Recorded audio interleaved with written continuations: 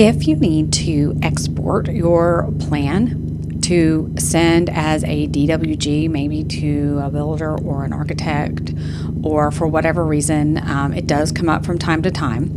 So the way that you do that is, so here's our completed plan, and I've got all my pertinent layers turned on for this, because they will come through in the layers into CAD that they can turn off and on there. So I've just got everything on there that would need to go along with the plan.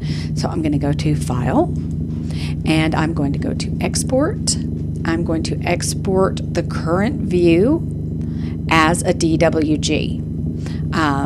We don't want to pick these others. This will add in any other extra information. This will only do what you're currently looking at.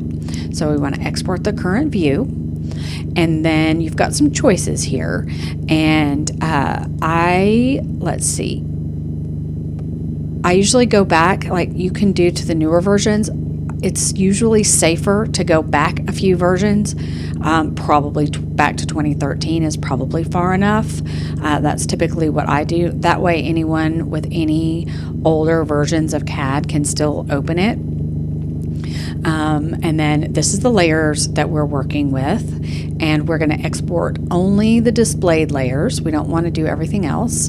And then I want to export all of the fills and patterns that will come across as hatches over into